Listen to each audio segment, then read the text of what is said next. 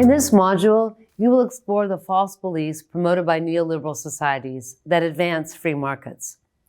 This philosophy results in blaming the poor for their poverty and praising the rich for their extraordinary talent. Those in poverty believe society's view of them and blame themselves, and the rich believe society's views of them and praise themselves. People sleep outside of an employment center. What are your first thoughts? Are you sad? A bit disgusted? Or perhaps you are thinking, why are they here? Why don't they just apply for a job? Are they not healthy? Are they under the influence? You may have talked your way into giving them some money, or not. Your decision might have considered whether the situation was their fault. If you live in a market-based capitalist society dominated by neoliberal philosophy, your consideration of these people's decision was likely at the front of your mind. Where did they go wrong? Liberal philosophy comes from the 18th and 19th centuries.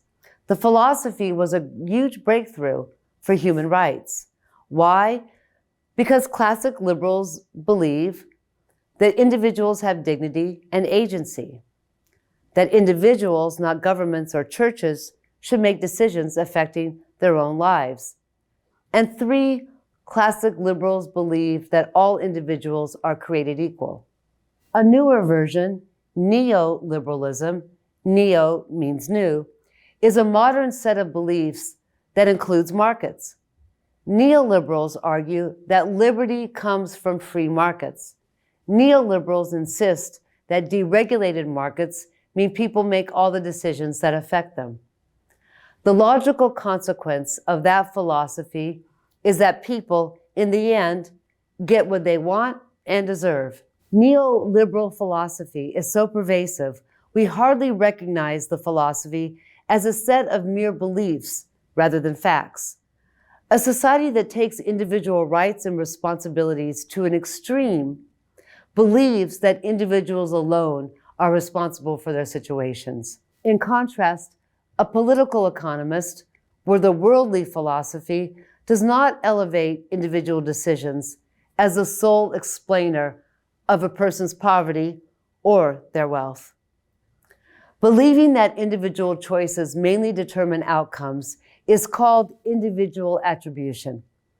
Believing that structures mainly affect our outcomes is called social structure attribution. The political economist, who is a worldly philosopher, notes that neoliberals, ascribing to individual attribution, decide that some poor people deserve help. The so-called deserving poor theory is one in which says that the deserving poor are ones that are closer in appearance and in geography than the socially distant poor, and they are deemed deserving if they are clearly helpless and in need. The so-called deserving poor are also grateful and not angry. The flip side of this philosophy of the deserving poor is of the deserving rich. A rich population has respect and deference if people believe the rich made good choices and that they have superior talent and ambition that led them to their wealth. Their charity also helps their social approval. However, research shows that much wealth is inherited.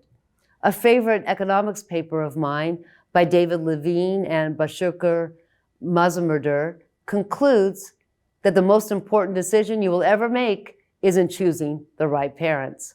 Another way to imagine the difference between social attribution and individual attribution is to imagine. Imagine there are 10 people for 9 chairs. One person limps, is smoking a cigarette, that doesn't make it to a chair. Is the problem the person fumbling with their cigarette, or is the problem the lack of chairs? Similarly, the lack of housing causes prices to go up and results in not enough housing for everyone who needs shelter. Is the homeless problem the problem of the homeless person making the wrong choices, or is it because there aren't enough homes? Beliefs matter for government policies. Programs to help people without homes or without jobs are fundamentally weak if the public blames the poor for their situation.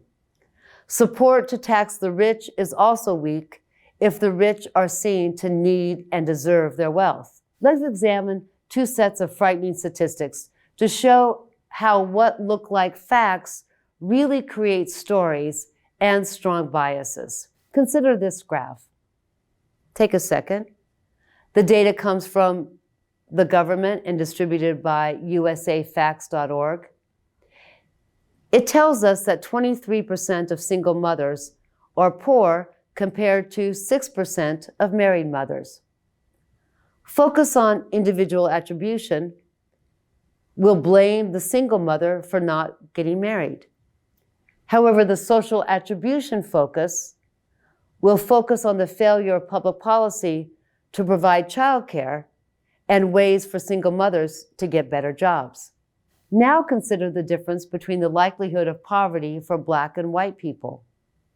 The graph shows that Blacks have twice the risk of poverty as whites. The neoliberal view concludes that Blacks are poor because, most likely, they made bad choices, and the whites made better choices. A political economist wonders what poverty structures protected the whites more and would conclude that whites had more stable inheritance and they had the best picks for jobs, schools, and places to live. Those supposedly neutral graphs lifting up sex and race aren't neutral. Neoliberal philosophy blames single mothers and Blacks for their poverty. In the same year, 1974, two economists won Nobel Prizes for explaining poverty. Gerda Myrdal, the social attribution economist, explained poverty as resulting from the upheaval caused by the post-industrial economies. In contrast, Frederick von Hayek blamed most poverty on poor persons not wanting to compete in free markets or not having free markets to compete in. Myrdal is a structuralist, von Hayek is an individualist. Modern economists use surveys to gather information from individuals. Using individual data makes interpreting outcomes caused by individual choices rather easy. Neoliberal economists leap to conclude that low-paid workers cause their low pay. They also ignore business executives who resist unions and their entire businesses that purposely don't train their workers and pay them low amounts. The surveys themselves produce a neoliberal philosophy.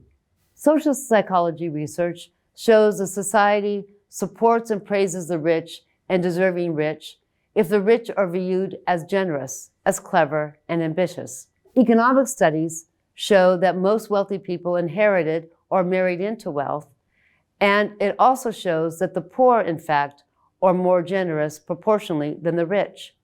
The rich donate a lot of money, but it is a smaller percentage of their income than the poor donate. In closing, a society dominated by neoliberal philosophy is a society where the poor blame themselves for their failures.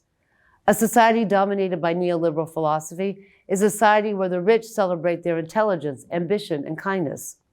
The victims blame themselves, and the rich persuade themselves that they were very, very smart in picking the right parents.